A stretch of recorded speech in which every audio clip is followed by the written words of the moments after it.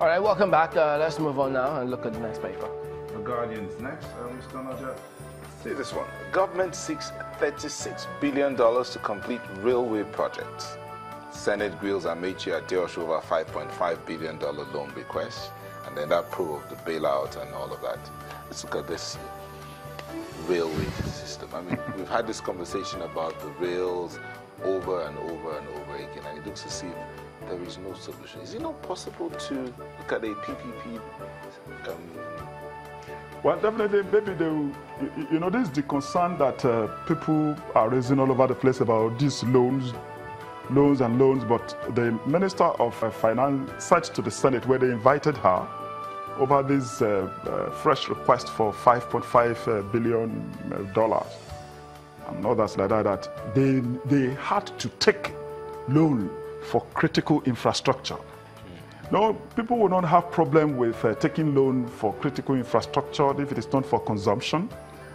But the issue we talked about earlier, credibility of the process, because we live in a country where government here and there will just take loans and we don't get to see anything because our huge challenge is still critical infrastructure. Years ago, even I recall that President Olusegun Obasanjo brought in one Sijuade from the UK to be in charge of this modern railway system.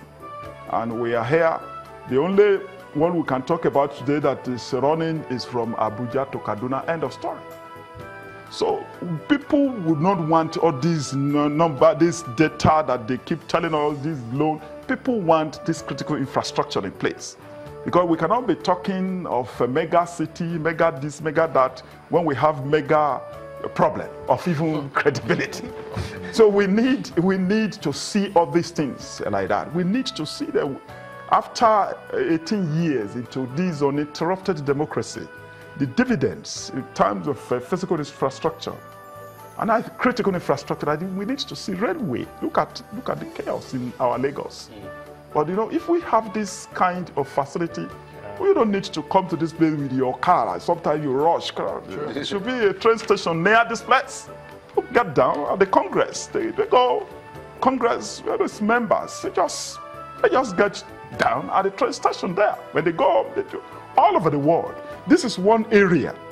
It's critical. One area where governments over the years have failed the people.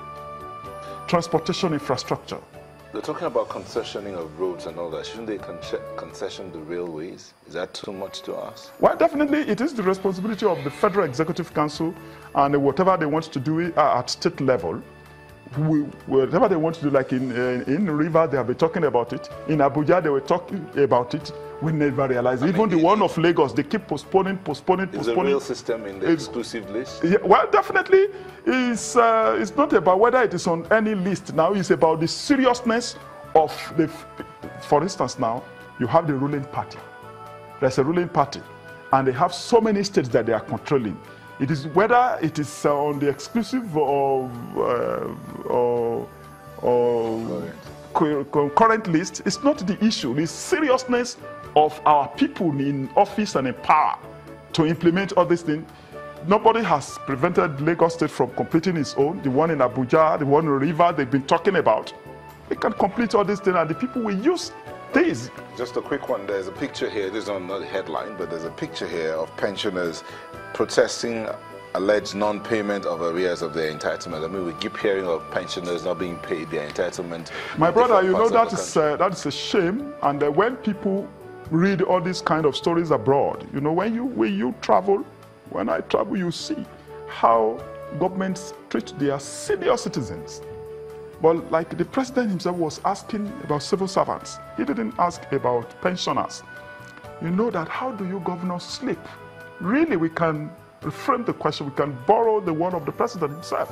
How do people sleep when you see senior citizens, people that have served this country in various capacities, they are not paid? You see their photograph. Some die in the process of registration, in the process of capturing biometric data of these people so many times, sometimes in a year. So they keep calling them, they will not pay them. In some states, they are owing about 2 years, a whole year. They don't pay pensioners. Some of them 5,000, 10,000. They don't pay them. It's worrisome that even people who are in power, in office, who are in government, are not concerned about inability of state governments, not only federal government, to pay pensioners. And it's very shameful. It's a good photograph. This quick one is sports. Dalong's fund request for Super Eagles a scam.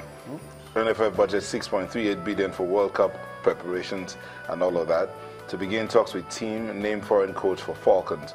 Though that request for funds for the preparations of the Super Eagles for the 2018 World Cup by the minister. Someone says it's a scam. You know, it's problems we review in our newspapers all over the world where they do all these things. They get private sector involvement. But FIFA can stay in Switzerland or wherever they are located. They can be talking about, no, we don't want government. You know that that's not true about Nigeria. They will be requesting is government. Private sector involvement is not visible. But the minister requesting for money for the Super Eagles to prepare for the World Cup. Yes. FIFA is supposed to take care of the preparation. Well, it is not about FIFA making requests for this. It's the structure that is on ground. Everything about our sport development is government. The private sector is not involved in developing this and that, in sponsoring this and that. But the private sector will not be involved until they are sure that whatever they put in will be well managed, to be accounted for. But I think this government over-involvement in the sports administration is an issue that has to be tackled. Let's take a look at a New Telegraph now, and what we have in the front page. Buhari's government has failed. They subscribe to Jonathan. It goes to Rider 2, says that APC full of lies, high-tech propaganda. The presidency has reacted to that, says he's diverting attention from his corruption scandals. To read up details, you'll find out in page 2. But what do you make of this? Is it the same blame game that continues to play out fully in the Nigerian people? That's what opposition people do all over the world. They blame. Actually, it's not supposed to be like that. It's not supposed to be taken the way it is taken. Opposition people are there. People expect them to be more constructive, to gather data, to look at what they do. Alternative, you know, it is even better in the parliamentary system, where you have to face the parliament every day, and you have shadow government and all this. And that is why people have been calling for a very serious opposition. But the opposition that will gather data about governance, that will gather data about what they are doing and what they are not doing well, so that you can put them on their toes to act in the interest of larger society. There's nothing extraordinary about what he has said. That's what the opposition people do. So we have this other one, how Dasuki diverted 650 million naira for national prayers. FG will publish names of treasury looters. And that one should be of interest to us, to publish the name of treasury looters. Naming and shaming is part of the game. But will it work? Some people are shameless. No, definitely. Well, that is part of fighting corruption. That's one of their fundamental objectives. That's one of the things that they are talking about, the major part of their agenda for this administration. But is it enough to just publish the names? You know, they have been telling us that they will publish these names. Is it enough to just publish the names? It is not enough to publish. The prosecution is the issue. They should prosecute them. They should prosecute them. You know, they have been talking about this arrangement of, okay, you release something, you allow you to go. It's not enough. Unless we will not be talking about successful prosecution of this war until these suspects are prosecuted, until they are well investigated and prosecuted, and they are out of circulation, they are put in jail. Unless we do that, we won't attach seriousness to it. Well, let's look at Independent next, and that happens to be their lead story, the Independent. FG set to name treasury looters. This judgment came in July. They said they were going to comply. Now they are set to. We're hoping to see when that happens. And the writer here says EFCC seeks for feature of Patience Jonathan's Abuja assets. A story you can get on page A5.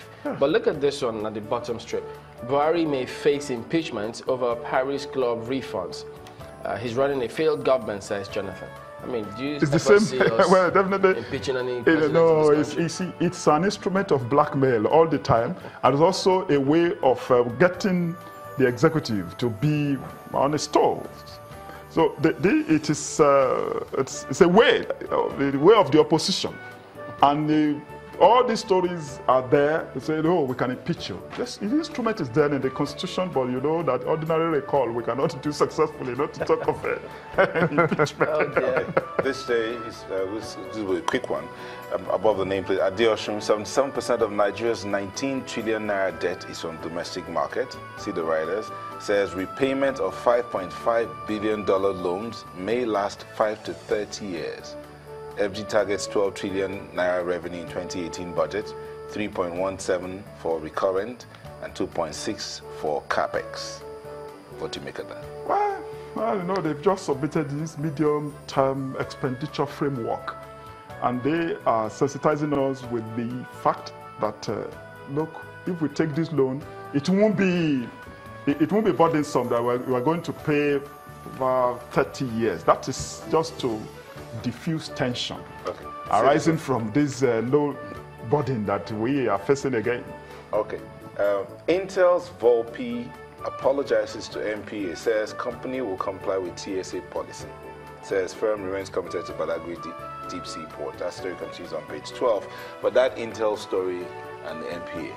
Well, you know, Intel and MPA story, it's an interesting story. You know, it has political coloration about one political actor that is involved, the former vice president, being dragged into it. But if you look at it, if it is true that Intel wasn't compliant, was not actually remitting according to the laid down rules or memorandum of understanding or whatever, and that's a serious issue, and what NPA has done by drawing attention to it is good enough. But, you know, the political coloration, and I think we should begin to look at issues beyond politics. What they have done and what they are doing now by settling this thing to say, look, we will comply with this thing, I think is good for the country. That, look, let us not look at political figures who are behind business. The businesses must be ethical in their own transactions, and I think it is good. All right, so there you go. That's a look at the dailies this morning with Martins Oloja, who is a senior editor and columnist at the Guardian newspapers. Thank you for coming on this morning. Yeah, thank you very much. All right, so we'll be back in a moment. Don't go away.